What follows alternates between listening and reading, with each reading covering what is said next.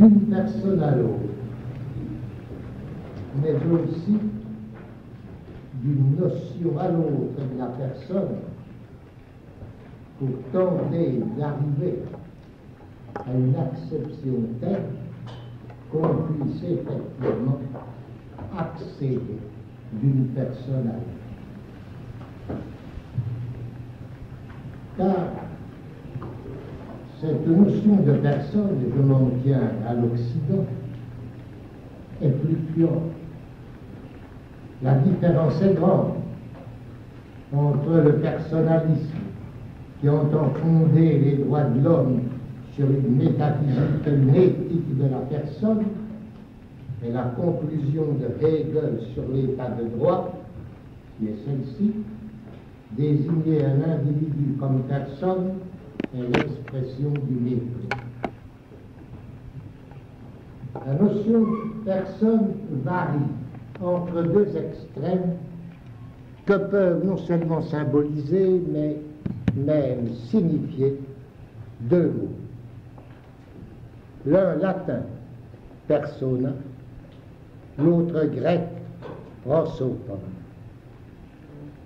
Persona, on l'a dit, mot d'origine étrusque, désigne le masque de théâtre.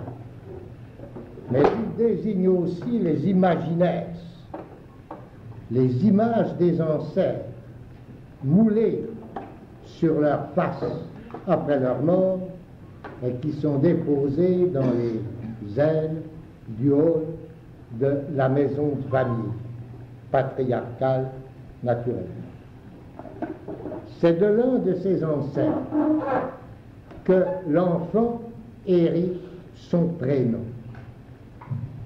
Ces ancêtres sont parfois désignés par leur numéro d'ordre, primus, premier, deuxième, troisième, cinquième, etc., qui deviennent les prénoms, les prénomina des enfants qui vont hériter. C'est-à-dire qu'ils s'appelleront primus, secundus, quintus, octavus, decimus, etc. Et ce prénom va leur conférer une individualité au sein de la vie. Il est donc lié au masque de l'ancêtre. Or, l'usage des masques est caractéristique de l'Étrurie, bien plus que de tout le reste de l'Italie. Seulement à Rome, la notion de persona a pris un sens qui est en grande partie resté le même. L'usage des masques dans toutes les sociétés claniques a le même sens. Chacun représente un personnage noté d'un rôle et d'un nom, mais tous sont les intégrants du clan, de la conscience que le clan prend de soi dans un rituel, voire dans des cérémonies beaucoup plus exotériques. Le clan est en quelque sorte l'unité nombrante dont les personnes, les porteurs du masque, constituent une pluralité nombrée. Marcel Mauss, qui a consacré un article, une conférence, un article à la notion de personne, paru dans Ethnologie et Sociologie, dit: dans chaque clan existe un nombre déterminé de prénoms. Le rôle que chacun prend dans la figuration est exprimé par ce nom. Le clan est conçu comme constitué par un certain nombre de personnages, et le rôle de ces personnages sont de figurer chacun par sa position, la totalité préfigurée du clan.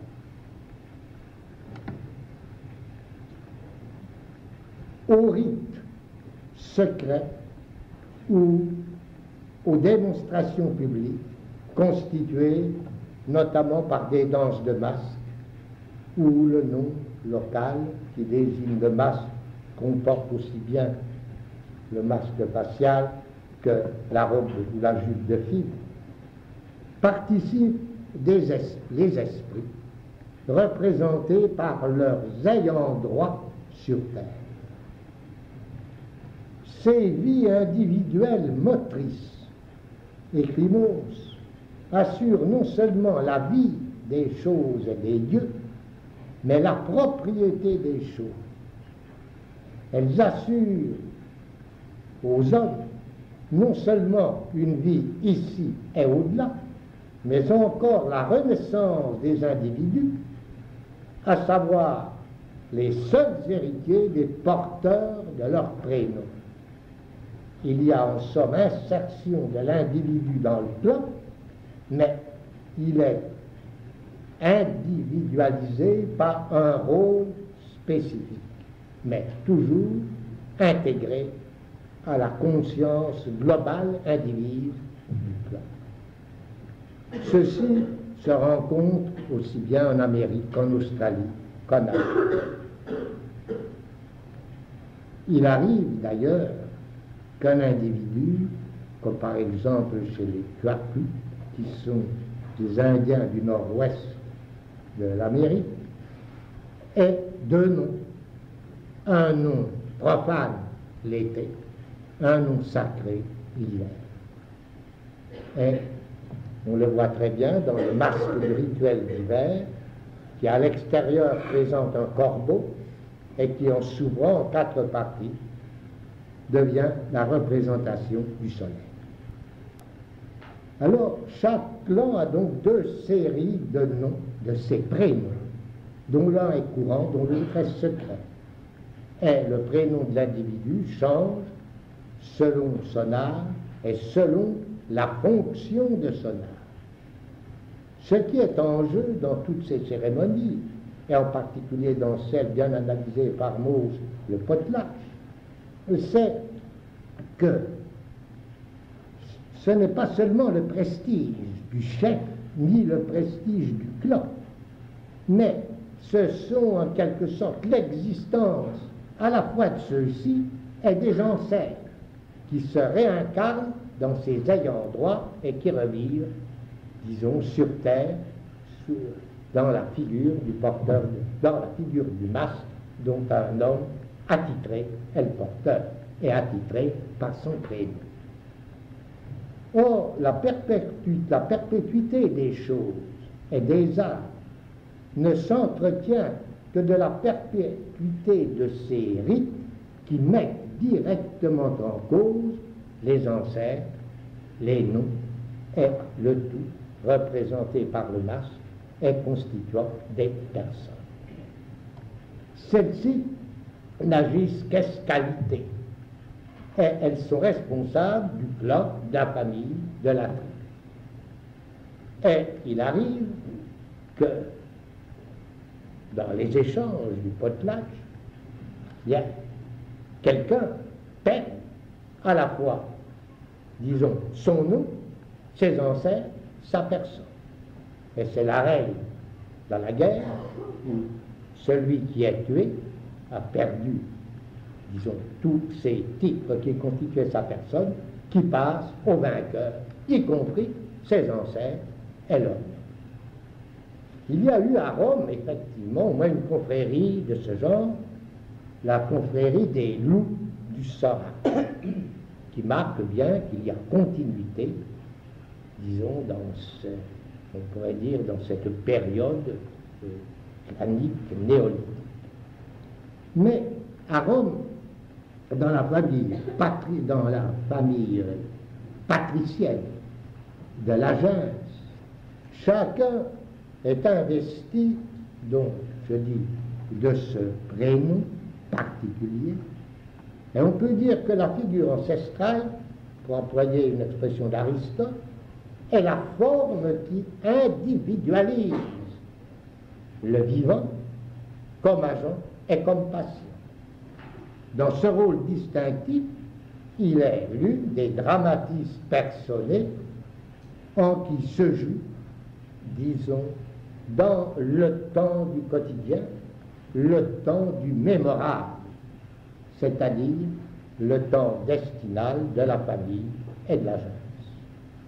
En chacun de ces rôles est impliquée la tournure d'ensemble de la communauté des jeunesses.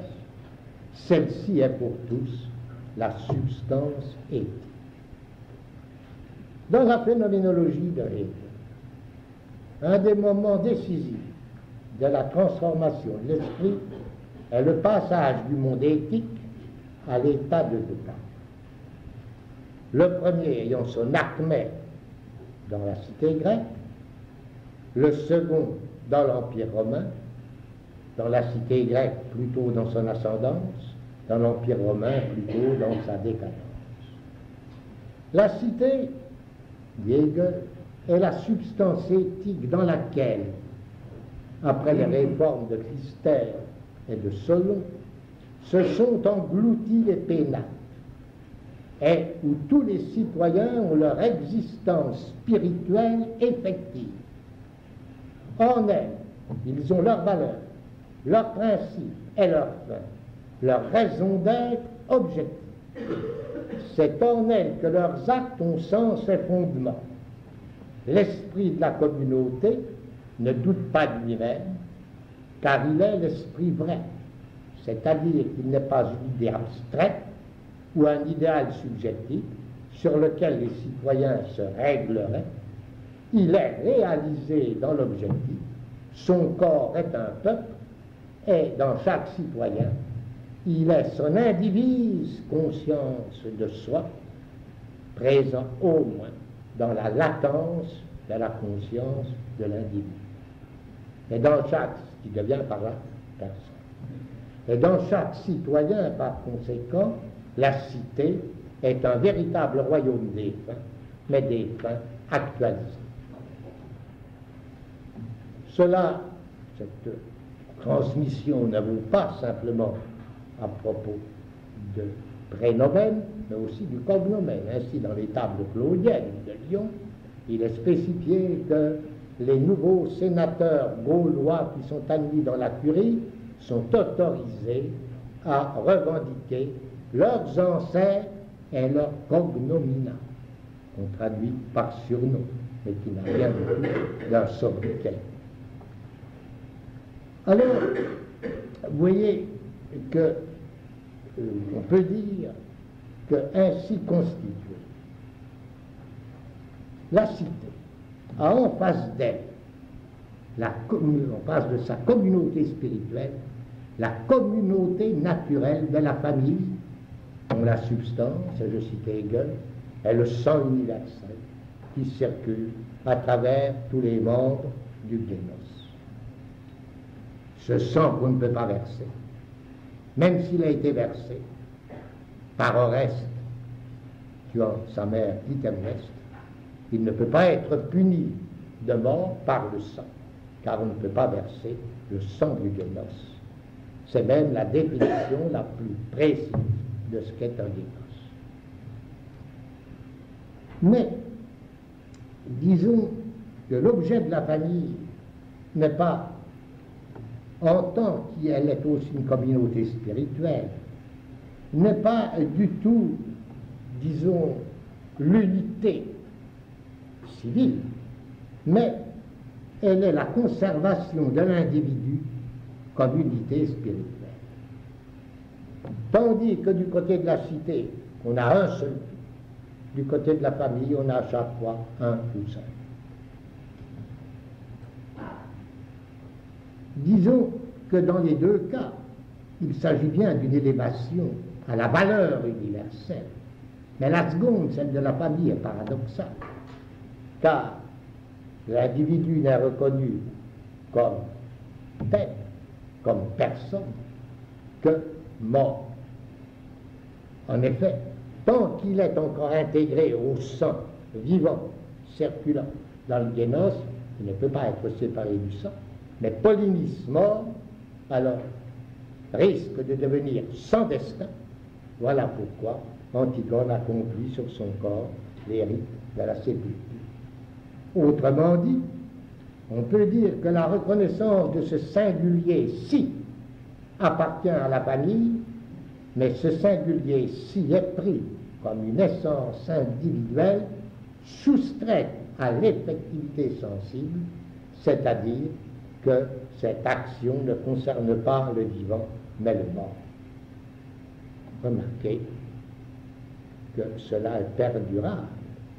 Je veux dire qu'il y a souvent l'individualité d'un membre de la famille, par exemple dans des familles qui ont gardé des traditions, disons, patriarcales, voire matriarcales, eh bien, on ressent l'individu dans l'instant de sa perte, ou immédiatement après sa perte.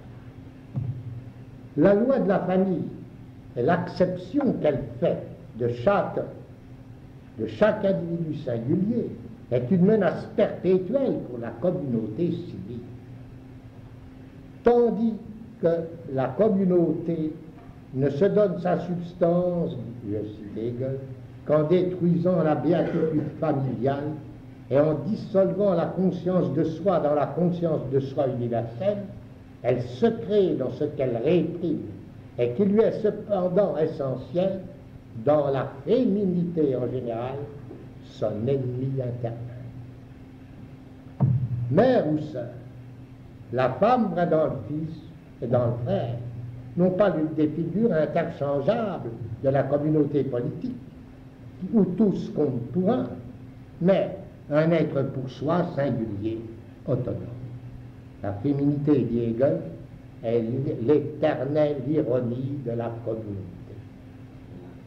De la communauté. De la sagesse grave, de la maturité, qui, morte à la singularité, ne pense qu'à l'universel et ne se soucie que de lui. Elle fait un objet de raillerie pour la pétulance d'une jeunesse immature et un objet de mépris pour son enthousiasme. Vous en avez des échos contemporains dans le roman de Gombrowicz qui s'appelle La pornographie et qui est une sorte de célébration de l'immaturité. Cependant, ce personnage, disons, le principe civil, disons, serait, ce principe de la famille serait impuissant, puisqu'en se séparant de l'universel, il est le mal, est le néant par rapport à lui. Si, justement, la communauté civile n'était obligée de le reconnaître comme force du tout, comme force de la jeunesse, c'est-à-dire comme force de la virilité, qui encore sans maturité demeure au sein de la singularité. Aujourd'hui encore, vous pouvez faire la même constatation, disons, à propos, mettons, des grèves d'étudiants au lycéen. Je veux dire que, voyez, comme le pouvoir de la communauté ou de la société civile est comme retenu par le fait que dans cette jeunesse, elle a son avenir, sa seule force, par laquelle elle peut demeurer. Par rapport à l'esprit de la cité, que son universalité positive justifie d'être, l'individu n'est qu'une essence négative, mais dans la guerre, celle-ci se manifeste et s'élève comme l'élément conservateur du tout, et même sauveur.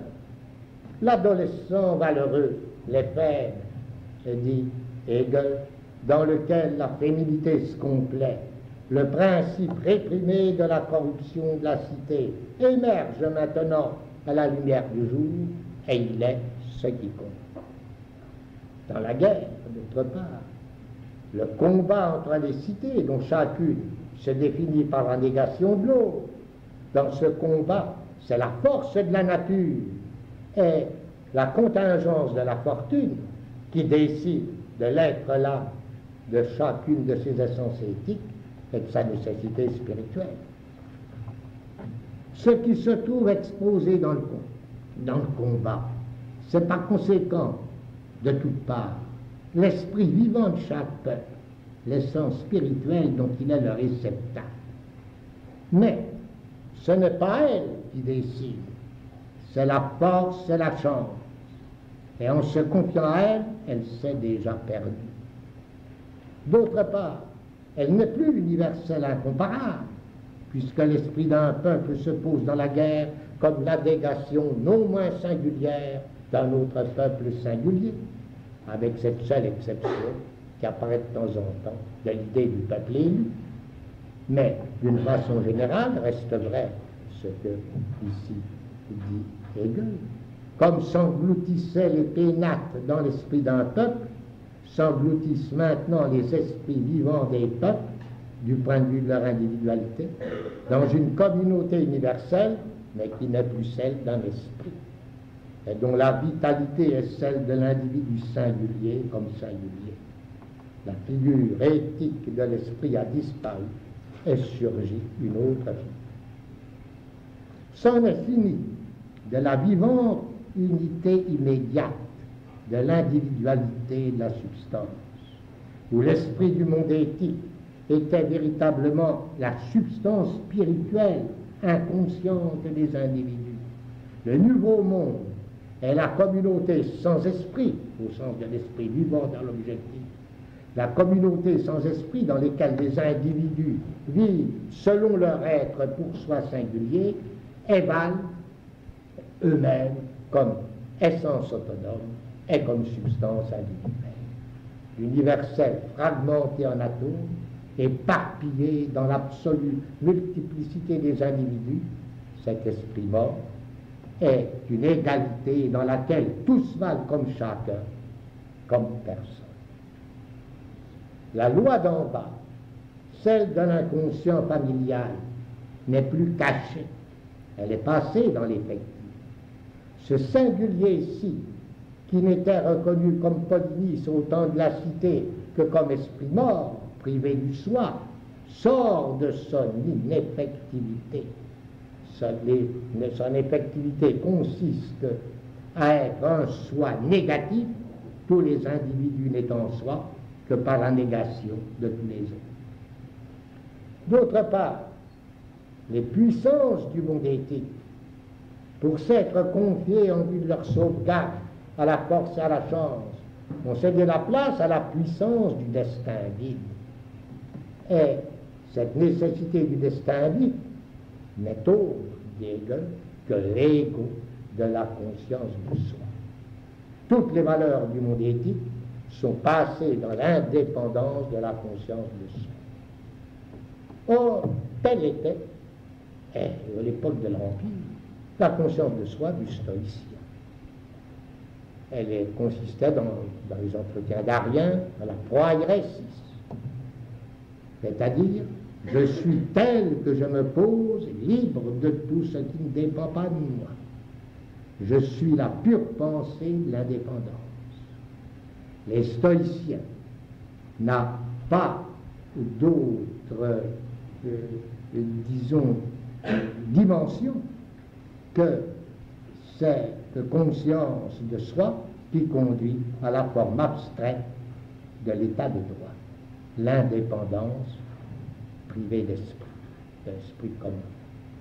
Avec sa fuite hors de l'effectivité, une telle conscience atteignait seulement la pensée de l'indépendance.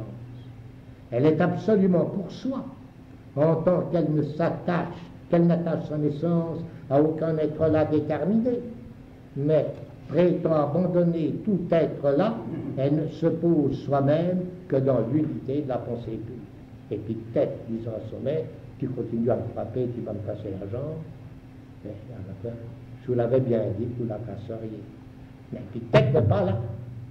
Il n'est pas, disons, il est hors de sa condition d'esclave. Et dans la pure pensée de l'indépendance, ce que dans de nombreuses familles russes contemporaines était appelé l'évasion intérieure. Donc, de la même manière, le droit de la personne, qui est fondamental, un des moments fondamentaux du droit romain, qui ne connaît que des res, des actionnes et des personnes. Eh bien, le droit de la personne n'est pas attaché à un être là, plus riche ou plus pauvre. de l'individu comme tel, ni encore un esprit vivant universel, mais plutôt au pur un de son effectivité abstraite en tant que conscience de soi en général. Mais est-il possible de maintenir cette pure idéalité de la personne quand la Terre tourne, quand elle bouge sous les pas de l'individu, et quand par ailleurs il doit se comporter à l'étang selon des attitudes déterminées, fondées dans une situation éprouvée au milieu de tous les temps et sur une tonalité particulière? La conscience stoïque, dès lors, passe dans la conscience sceptique. Oui, pourquoi? Parce que il apparaît que cette conscience abstraite de soi garantie dans le droit n'assume pas la diversité, le hasard, la contingence de son propre contenu.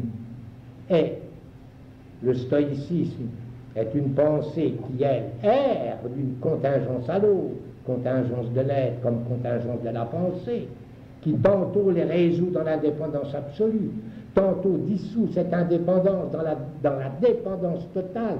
Elle ne vit que de ce jeu contradictoire. Pareillement, dit Hegel, la dépendance personnelle du droit est plutôt cette égale conclusion universelle et mutuelle dissolution. Ce qui a validité comme essence absolue, c'est la conscience de soi, en effet, comme le pur et vide un de la personne. Et en regard de cette unité vide, le contenu est laissé dans un désordre, une contingence totale. Alors, on peut dire, cette fois, que être là contingent, que ne rassemble pas effectivement ce titre de personne de droit, la personne, le droit qui a fait d'elle, disons, cette individualité abstraite, consiste essentiellement en quoi? C'est là que nous retrouvons à la fois les restes et les personnées. Il se trouve dans une substance multiforme et éparse, la possession, et lui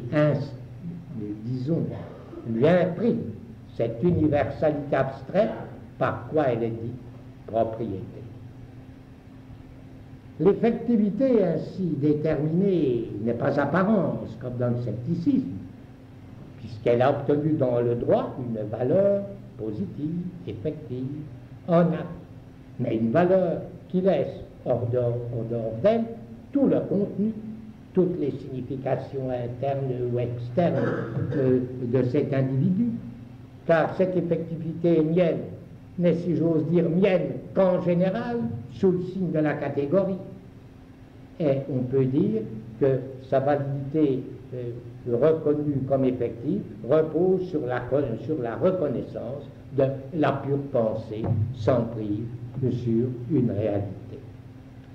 La conscience du droit fait donc l'expérience de son manque de réalité, de son inessentialité. C'est pourquoi le titre de personne est une marque de mépris. Or, ce moment, son homologue, là où l'homme est en représentation de soi-même et, disons, de toutes ses fins et de tous ses principes. C'est-à-dire dans le passage de la tragédie à la comédie. Les deux masques diffèrent.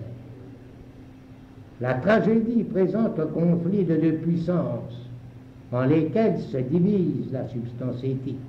D'un côté la loi divine, Antigone, de l'autre la loi humaine, Créon. D'un côté la loi de la parenté du sang et le droit maternel, et de l'autre côté la loi de l'alliance et le droit paternel. C'est tout le thème de l'Orestie.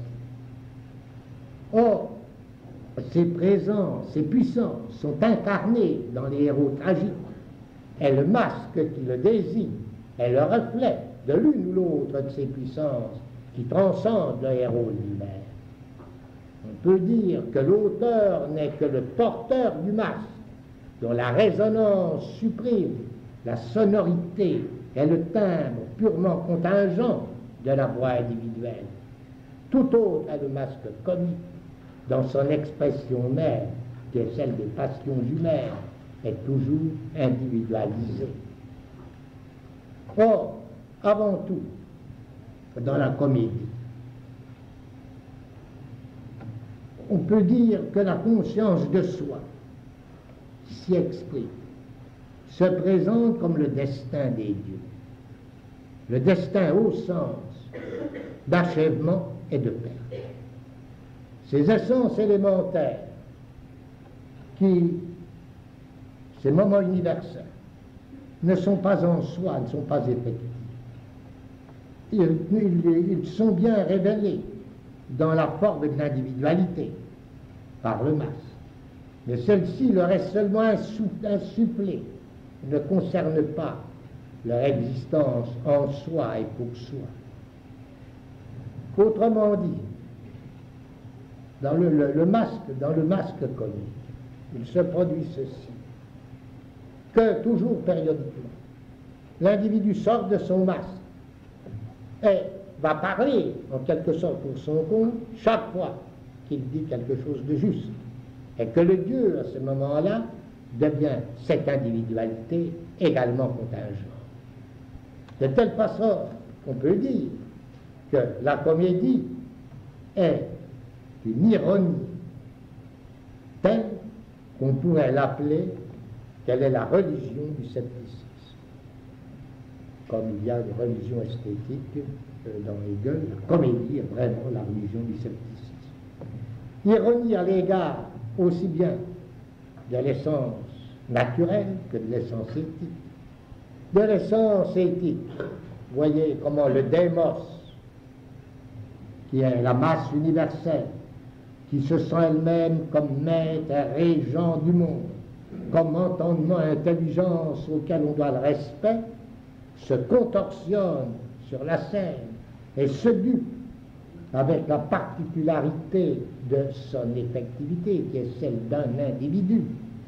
Et or, la contradiction entre l'opinion de soi-même et son être réel tel qu'il se présente, de sa nécessité et de sa contingence, de son universalité et de sa vulgarité.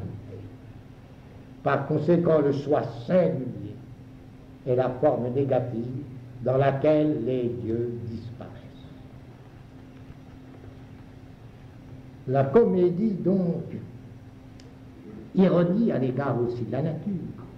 Voyez comment, de la nature, elle fait ses accessoires, des objets de sa consommation, et le mystère du pain et du vin, il devient réductible à la bouffe.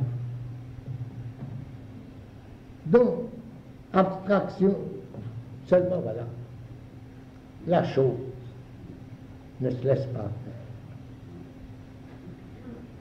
faire. Et ici, l'ironie ne peut rien contre ce qu'il y a de primaire, de primordial dans une chose, telle que la présente Schelling dans le premier aphorisme de la nature. Le simple être là, sans égard à son genre et à sa forme, apparaît nécessairement à quiconque le regarde ainsi comme un monstre et un miracle, et il remplit l'esprit d'étonnement. C'est cette remarque du pur être là qui, dans le pressentiment les plus précoces, a frappé les esprits et les a précipités dans une sorte d'horreur sacrée. Une horreur sacrée. C'est le mysterium tremendum lumis nosum, par lequel Rudolf Otto définit le sacré. Et, en effet, réfléchissez à ce que la chose, dans le premier contact, un peu comme la racine dans le parc du Havre, savez, donc, que Sartre, en quelque sorte, fait comparaître dans la nausée, au début de la nausée, c'est en trop. Et, en effet, cet être, cette chose impénétrable, si vous la regardez comment cette chose-ci, cette coïncidence de l'être là et de l'être ainsi, qui nous déborde, qui est injustifiable même, qui est le miracle et qui est le monstre, et qui est un monstre, est avertisseur.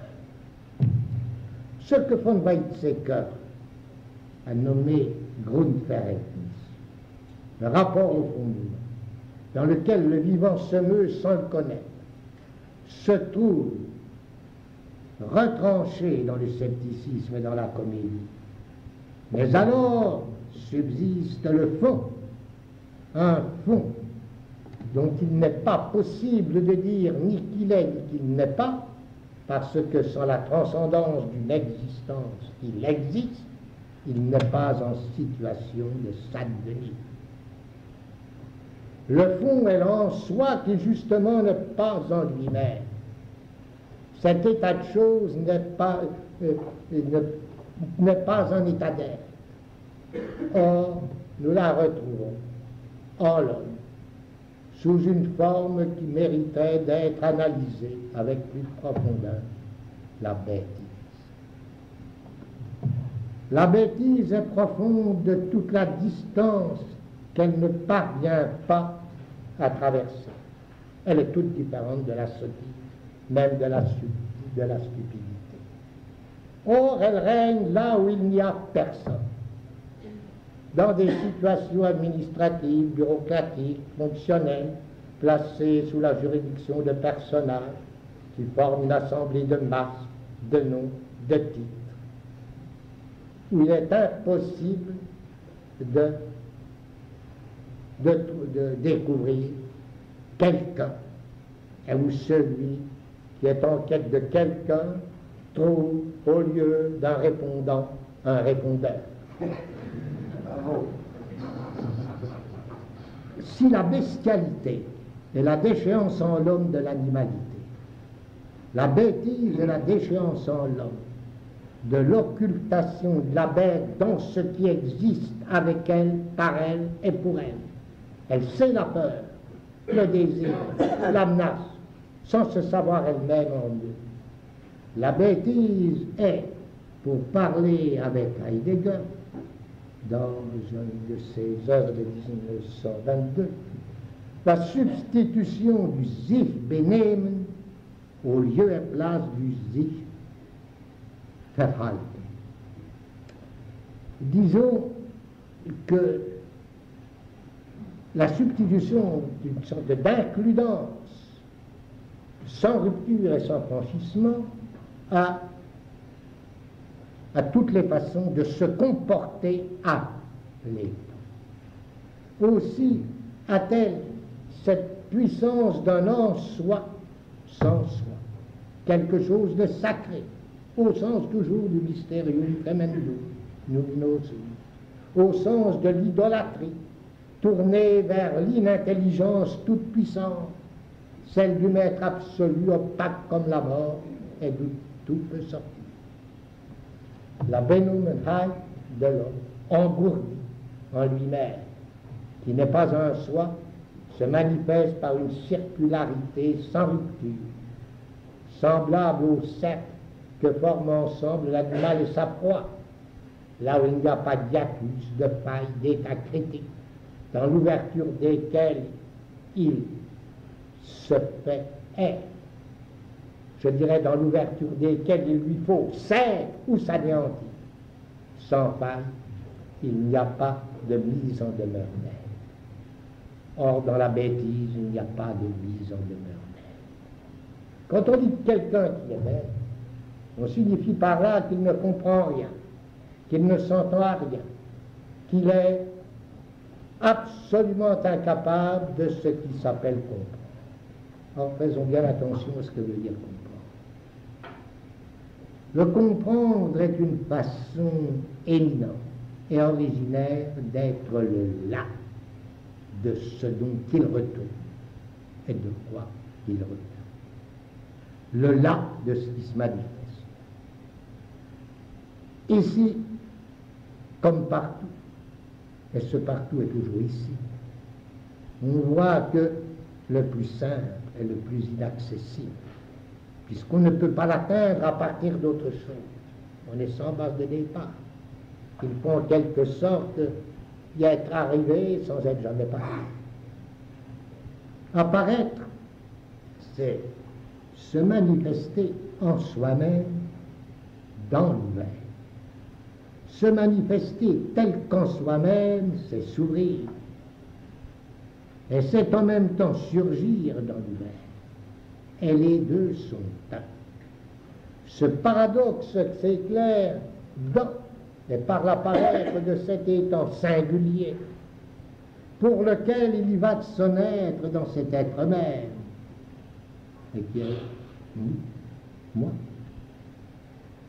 C'est le même pour lui de s'ouvrir en lui-même à soi et de s'ouvrir à l'ouvert. Sa manifestation se produit dans l'ouvert, dans la mesure où lui se produit en elle. Il s'ouvre en elle, comme elle s'ouvre en lui, et cela s'appelle exister. Exister, c'est avoir sa tenue hors de toute contenance. C'est tenir l'être, et non pas la pose, hors de soi, en avant de soi, en soi plus avant, selon l'expression d'André Dubouchet. L'existence est cette ouverture qui la déborde et qui en même temps est impliquée en elle. Dans cette ouverture à soi, que Heidegger nomme justement comprendre. Le comprendre est la vue que l'être là, plus exactement, l'être, le là, a sur lui-même. Et lui-même c'est tout. Mais être le là dans cette ouverture, sans limite assignable, c'est être sa propre possibilité. Aussi le comprendre perce-t-il en effet jusqu'aux possibilités. Pourquoi? Parce qu'il a la structure du projet. Du projet, non pas de tel ou tel projet que c'est en particulier que je fais maintenant, mais de ce projet primordial et qui fait que où que je sois, et quoi que je sois, je m'entends toujours à ce que je suis d'une façon qui me met en cause, parce que c'est moi qui nécessairement a mis cette possibilité en jeu et en cause. Or, là où le comprendre fait défaut, fait aussi défaut la dimension fondamentale de la présence comme être là, et dont l'être consiste à être le là. Privé de ce pouvoir, à dessein de quoi la présence comme telle existe, et transcende en l'assumant sa propre facticité. L'état en question est une facticité alors inauthentique, c'est-à-dire impropre, qui n'est pas propre à moi, que je n'ai pas assumé, en la pénétrant de ma, je dirais, de l'instauration même de ma propre possibilité. Donc cette facticité est intégralement livrée à la contingence de l'état, dont elle fait partie, à titre d'individu, et d'individu contingent. Sa pure objectivité dans une injustification absolue. Et je prends le terme au sens où Luther le prenait dans ses thèses les plus fondamentales. Il n'a ni raison ni sens d'être. Il n'est en réalité et en vérité personne. Là où le comprendre fait défaut, fait donc défaut de cette dimension constitutive de la présence comme telle, disons, qui ne l'est comme telle qu'à ce pouvoir elle-même. Scott disait du schizophrène que précisément il est pu Et il ne se peut pas, réfléchissez, que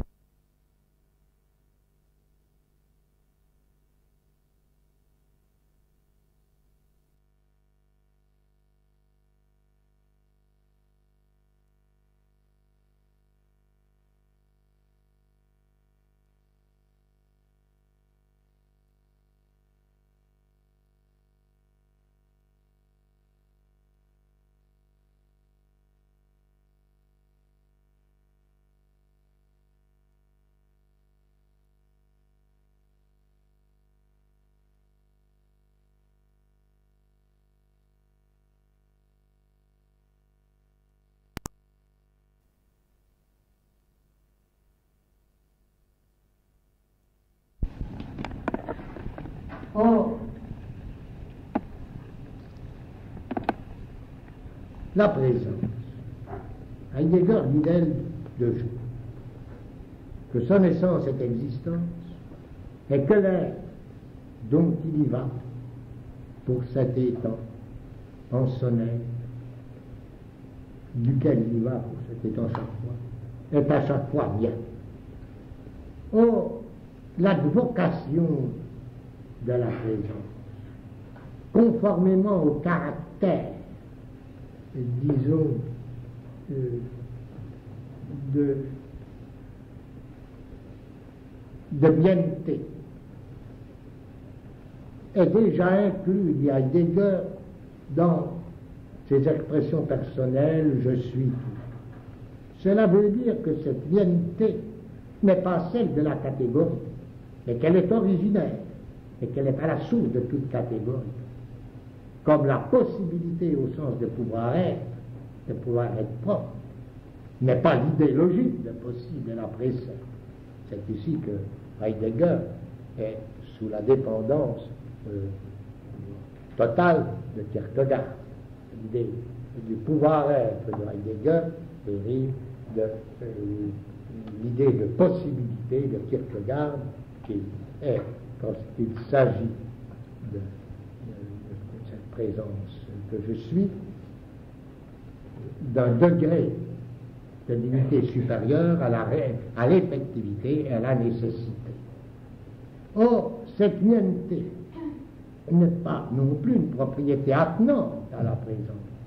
Elle est fondée dans l'ouverture par elle et en elle de sa propre possibilité.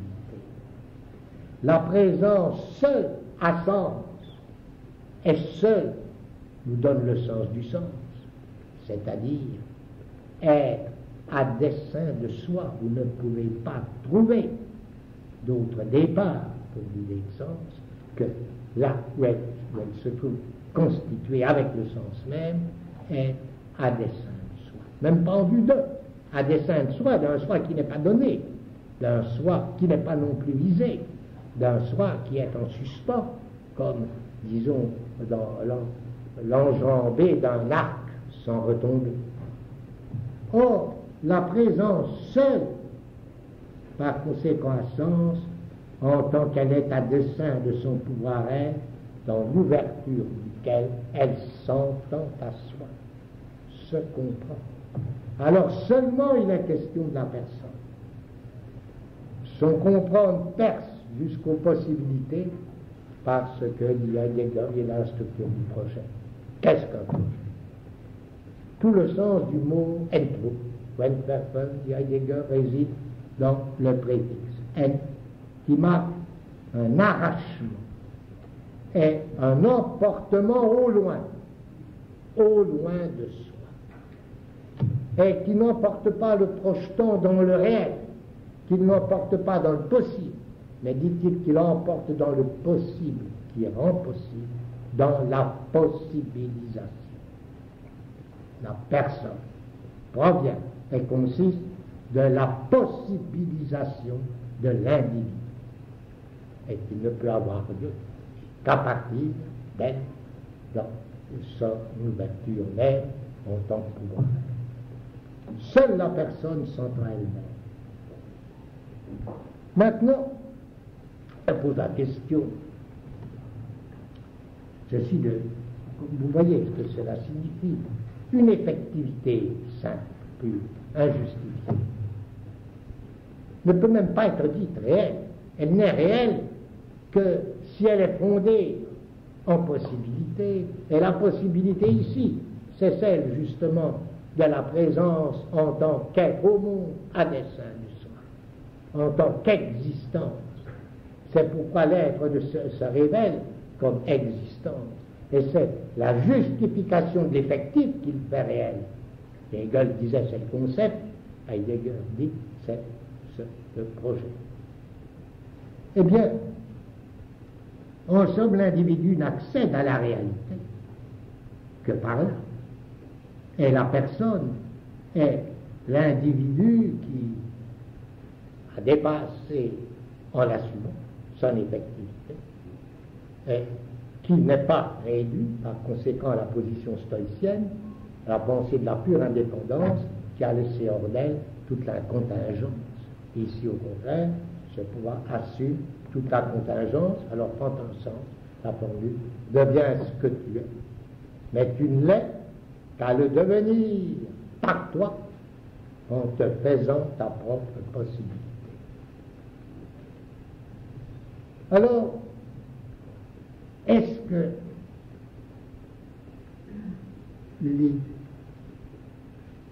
l'idée, pas l'idée, puisque le projet suffit à fonder la personne?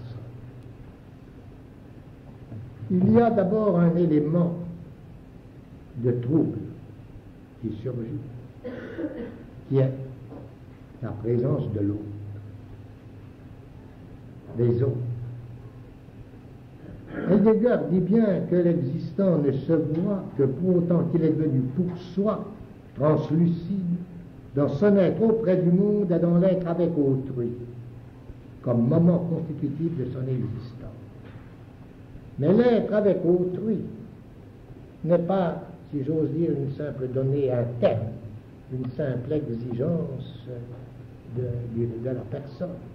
Car l'autre, et Lévinas l'a marqué fortement, c'est justement celui que je ne peux pas inventer. Qu'on me dise que les temps soient libérés vers ses possibilités par mon projet, est-ce que cela peut valoir de l'existant qui lui aussi est libéré vers ses propres possibilités uniquement par ce qu'il se peut? Ce pouvoir est en quelque sorte la résistance infinie qui est opposée à mes tentatives de réduction de l'autre au même, au seul même que je puisse en quelque sorte définir et qui est à la ressemblance de moi. Donc l'altérité est ici une limitation au projet. Et par suite, disons, nous voyons qu'ailleurs, que bien plus souvent qu'en nous, la présence se montre à nous hors de nous. Quand la présence d'autrui, que cet autre-ci nous retient à elle, elle apparaît elle-même comme un mystère de son secret, de son intimité, de sa liberté, qui se décèle en son recel. Est tel que ce n'est pas un mysterium tremendum, ce n'est pas un mystère qui fait trembler, il est dans notre corps. Et cet autre n'est pas un exemplaire de la catégorie d'autrui, il est quelqu'un qui ne s'invente pas et qui se manifeste, non pas comme persona au sens latin, mais comme prosopon au sens grec. Car prosopon, dans Homère, ça veut dire visage, veut dire face. Même ultérieurement, kataprosopon veut dire de front, de face, en opposition à katakeras, de front, de flanc, en langage militaire. Et ce n'est que presque furtivement qu'il prend le sens de la persona latine, et presque pour la traduire. Et on peut dire que le sens de regard, ce sens de visage se maintient tout au long. C'est finalement le sens qu'il a, mettons, dans l'époque, dans la lettre de Saint Paul aux Thessaloniciens, et qu'il a encore plus tardivement, par exemple, dans les homélies du pseudo-Macaire, où le prosopone est le visage, est le double visage. Le visage, disons, de la souffrance, les stigmates de la passion, et le visage, disons, de la gloire de la lumière. Et vous voyez qu'il est en somme visage éclairant, qui ne doit pas nous surprendre. Voyez comment le mot est formé. Pros, marque la direction vers l'avant. Et opon. Opon s'apparente au parfait 10 secondes opopa, de orao, voir, qui est naturellement bien antérieur à eovaka, c'est-à-dire au parfait dit premier, fait refait. Et le visage et le regard sont indissociables. On ne voit pas seulement avec les yeux, et on n'est pas vu surtout seulement. Vous savez, Merleau-Ponty dit que le regard, la vue du regard ne pose pas la couleur des yeux. Mais, voyez, dans tout l'art de la sculpture, d'où émane le visage, et par quoi est constitué le regard? Par toutes les surfaces de la face jusqu'à l'épaule. Et il est absolument livré par la manière dont il diffuse la lumière. Or, que le projet ne puisse pas rendre compte d'un pareil visage, nous en faisons l'expérience. Même le nôtre, dans l'expérience du miroir. L'expérience du miroir, de l'adulte au miroir, n'est pas celle de l'enfant, décrite par Lacan, ni celle de la femme à sa toilette, décrite par Buitenweg. Non. Bon, l'enfant entre dans cette mimique, cette gesticulation suis gratifiante, et la femme à son miroir, disons, peut-être ne regarde moins elle-même que les propres possibilités de sa forme, de son visage. Et comme ça, marginalement, elle cherche plutôt, disons, à s'ajuster à elle, qu'à ajuster sa vision à soi. Mais un homme, prenez un homme au miroir. Bon, peut-être au miroir pour se raser, alors il est un peu comme la femme dans sa toilette, il est pris dans le pur chêne d'immanence de son jeu. Mais s'il s'arrête, et ça il se passe quelque chose d'inquiétant qui se voit. Et d'où vient le malaise? Tout à fait analogue au malaise que nous éprouvons devant le même mot que nous prononçons une vingtaine de fois de suite à vivre. Ce mot articulé n'est plus articulant. C'est un monstre. C'est pourquoi nous n'éprouvons pas le même malaise devant un son, parce qu'il n'est pas articulé, comme le mot. Or, mais voilà, il cesse d'être articulé. Eh bien, ce visage, le mien, qui est justement dans sa configuration, devient, n'articule plus rien. Il lui manque, justement, cette possibilité, je ne suis plus un projet. Ce n'est pas du tout parce que je me vois comme les autres me voient, comme on le raconte dans une objectivité d'autrui. Il n'y a pas besoin de faire appel à l'autre pour cela, mais simplement en se voyant dans sa fixité, dans son entro, dans son injustification, exactement dans une effectivité dont j'éprouve qu'elle ne m'est pas propre, et que pourtant elle m'est imposée. Mais il y a une autre façon qui se produit quelquefois. Quand brusquement, c'est mon regard que je surprends. Alors là, c'est une autre chose, n'est-ce pas, c'est un tout autre phénomène, mais qui ici va se produire. Ce n'est plus celle de la transcendance enlisée, mais c'est la découverte de l'autre de moi.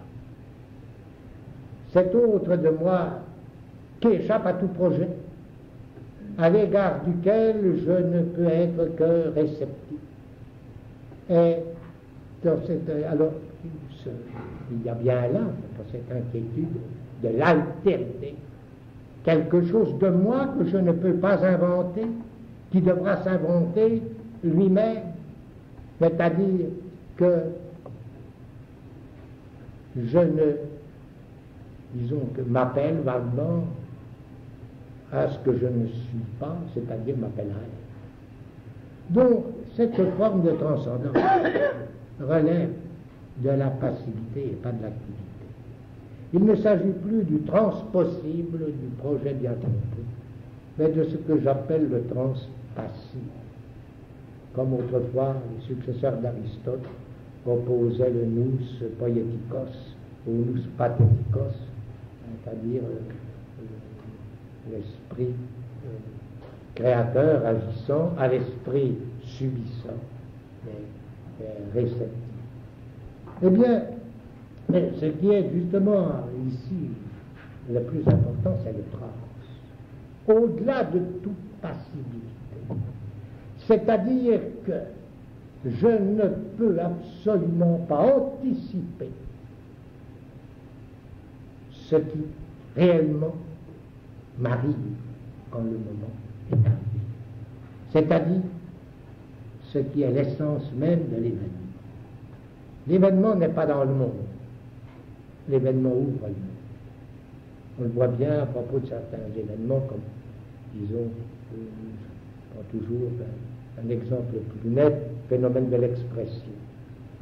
Dans l'éclatement d'une schizophrénie, comme chez un urbain ou chez un malade de cou, je prenais une jeune fille devenue schizophrène. À un moment, elle était à table avec la famille, on entend un coup de fusil au premier étage, c'est la chambre du frère. On monte, on voit la tête éclatée d'un coup de fusil, elle le regarde, ensuite on descend en bas, et en attendant le médecin légiste, elle soulève le voile et le voit. Or, c'est pas du tout ça qui est à l'origine de sa schizophrénie. C'est l'expression du visage du père au moment du coup de fusil. C'est-à-dire, comme Suzanne Urban, c'était l'expression du visage de l'urologue. Et par conséquent, l'expression a dévoré le monde entier. Pas l'émancipation du thème, c'est ça, c'est parce qu'elle n'est pas thématique, justement. L'expression n'est pas thématisable, de plus en plus, elle est devenue l'archtimund intégral du monde de l'une comme de l'autre. Elle a été l'événement qui a ouvert un nouveau monde. Le monde de cette fois, disons, du schizophrène. Mais cela est vrai aussi de tout événement. Et en particulier de cet événement qui est une rencontre. Supposez que vous attendez un être cher à la gare ou à l'aérodrome, vous attendez à lui. Vous voyez déjà ce que ça veut dire. C'est vous attendez, je m'attends à l'avenir. C'est-à-dire que quand ça se produira, je serai en présence d'un futur passé. Et si, justement, seule la personne qui arrive répond à votre attente, vous êtes déçu. Il vous manque la surprise, qui excède toute prise, et qui est la marque même de la réalité. Ça ne peut pas voir. En effet, c'est ce qu'on ne peut pas attendre, ce qu'on n'attend pas. C'est le moment hors d'attente. Or, l'événement c'est la rencontre, n'est réel que dans le hors d'attente, pas du tout sous l'horizon du projet. Mais l'horizon, dit Heidegger, c'est en ce sens le côté tourné vers nous de la livraison. Je préfère dire que c'est le côté tourné vers nous du hors d'attente. Et du hors d'attente qui crée l'attente dans le moment même où il la compte. Vous voyez, on peut dire qu'elle n'était pas possible, cette attente, avant ce moment où l'apparition vient la fonder. Or, nous retrouvons ici tout ce que von Weizsäcker et Strauss ont dit du pathie. Von Weizsäcker dit le pathie, il y a deux caractères fondamentaux, il est de l'ordre du sublime et il est personnel. Il dit donc la personne a la réceptivité du pathie. De la même manière, Strauss dit je ne deviens qu'en tant que quelque chose m'arrive. Quelque chose ne m'arrive, mais n'arrive qu'en tant que je deviens. Voyez, cela veut dire que déjà, le sentiment est, pour parler avec quelques larmes, non tellement de l'ordre esthétique que de l'ordre éthique. L'esthétique, c'est persévérer dans le même, est à la recherche du même. L'esthétique, c'est le devenir. Or, l'événement, la rencontre, même le sentir dans l'étonnement que nous arrivons quelquefois, est bien toujours de l'ordre de la surprise, et qui me fait de devenir l'événement est transformateur. Je ne perçois l'événement que par une transformation. Et une transformation en profondeur de ma personne qui... Or, où est-ce que la rencontre par excellence, c'est bien sûr la rencontre avec l'autre. Et l'autre, en tant que personne, ne peut pas être mis à découvert. Il se révèle ou il ne se révèle pas. Il est même l'acmé de la manifestation. Il s'ouvre en soi dans la déchirure de son opacité et se montre dans l'ouvert qui est en quelque sorte, qui est vraiment le jour de la déchirure. Mais, disons, l'autre n'apparaît dans la forme dans la réalité de son visage, que dans le regard d'un autre, non pas sous le regard, dans. Il y a deux regards qui manquent l'autre. Il y a le regard par en dessous, du pot, comme les peignes, mais il y a aussi celle-là d'hypocrite, de l'acteur. Et regarder quelqu'un par en dessous, c'est disons, en tracer un profil, c'est réduire cette infinité qu'il est, et y compris sa liberté, à la circonscription d'une limite qui l'enveloppe et me permet de le prendre. Et ça, je l'ai manqué. Et finalement, vous voyez, c'est le principe de la caricature, qui est de ramener l'infinité de la personne dans la finitude d'un contour qui l'enferme et qui lui permet la possession. Puis il y a une autre façon.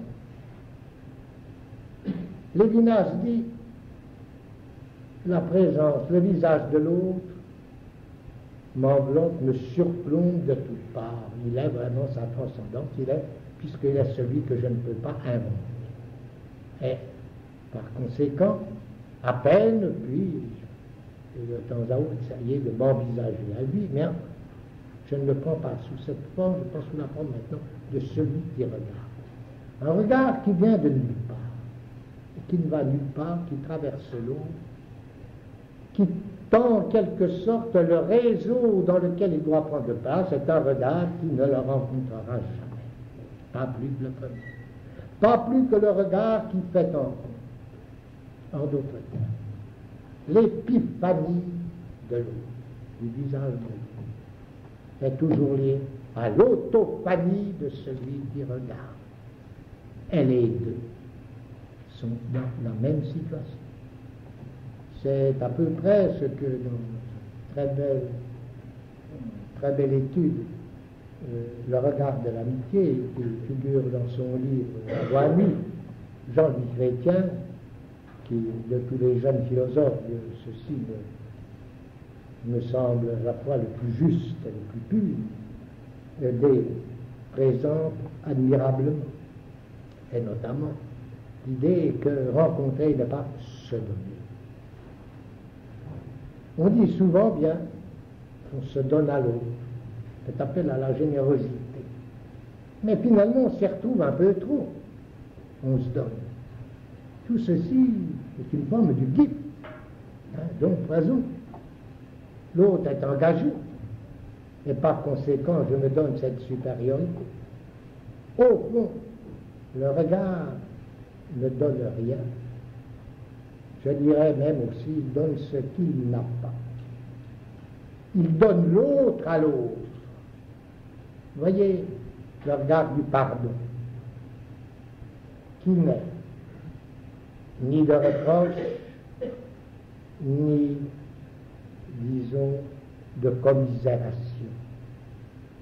C'est simplement un regard sur l'être de l'autre qui lui ouvre l'espace, disons, de son être possible, l'espace dans lequel il pourra être sans, et non pas simplement être attaché à son acte, mais, disons, est intégralement, et surtout, dans le regard de l'amitié, il s'attache à un être, pas à une essence possible. Et il s'attache à un être dans la joie qu'il soit et que je sois. C'est-à-dire que pour comprendre ce qui se passe, je vais prendre un exemple dans la sculpture. Il y a au musée Guimet de Paris les têtes khmères d'Angkor Wat de la période du Bali. De ces visages, la lumière irradie. Et en même temps, elle s'intériorise. Il y a intériorisation et émanation de mouvements contraires. Je dirais la même chose d'ailleurs d'une tête d'idole cyclamique, bien que ce soit tout différent. Mais c'est vrai de toute sculpture. Mais il n'y a de sculpture que primitive. La sculpture ne consiste pas à façonner un volume. Elle consiste à amener une masse à elle-même. Je dirais, je prendrais volontiers ici la formule d'Aristote, de l'amener à son état d'énergéia. Elle a révélé elle-même, c'est vrai, par exemple, de statues presque de simples menhirs, c'est vrai aussi de figures d'ancêtres océaniens. Brusquement, on est devant un être, parce qu'il est en expansion et, disons, en contraction, exactement, en diastole et en systole. Or, ce qui se produit à la surface et qui fait qu'elle n'est pas une surface,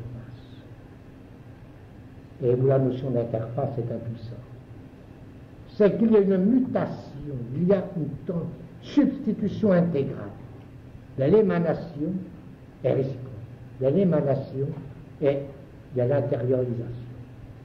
Or, où ces deux contraires peuvent-ils se substituer intégralement l'un à l'autre dans ce phénomène que les Chinois appellent la mutation, et dont la caractéristique la plus fondamentale, c'est qu'elle exige le vide.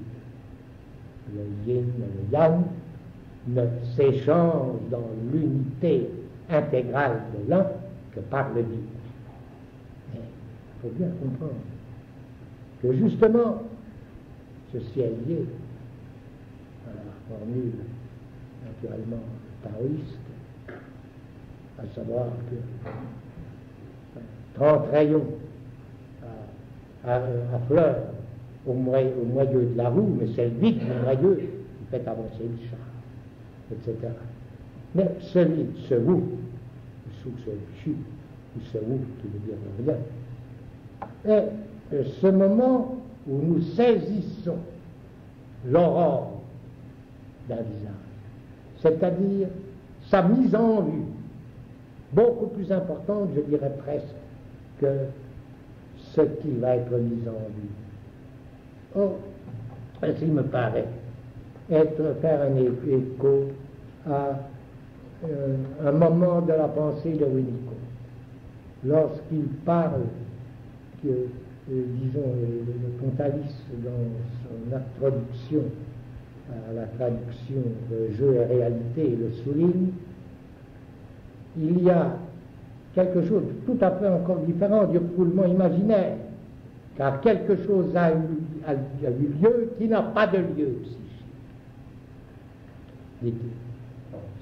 Voilà, ce vide avec lequel, qui est primordial en chacun, et qui me paraît ici, justement, en conjonction avec cette notion première du vide et du rien, chinois, duquel sort l'air, duquel sort les millénaires. Alors, c'est cette, voilà, l'autophanie manifeste que l'être se manifeste. C'est l'être même. Il n'y a d'apparaître que de l'être. Apparaître être, toute l'esthétique montre que les deux sont absolument le même, est également auto-signifiant. Mais à plus forte raison, dirais-je, quand j'ai affaire à l'autre, dont la révélation n'est possible que comme prosopon, comme visage, donné dans mon regard, moi visage, donné dans le regard, et donc tous les deux, chacun l'être de l'autre, non seulement le laisse faire, mais il donne justement ce qu'il n'a pas, soit ce que donne ce qu'il n'a pas, et qui, puisqu'il ne peut sortir que du rien. Si bien que, pour conclure, je dirais que la notion de personne me paraît devoir condenser ces deux fragments d'Héraclite. Je me suis cherché moi-même, un second. S'il n'espère pas, il ne rencontrera pas l'inespérable, lequel est incherchable et sans chemin d'accès.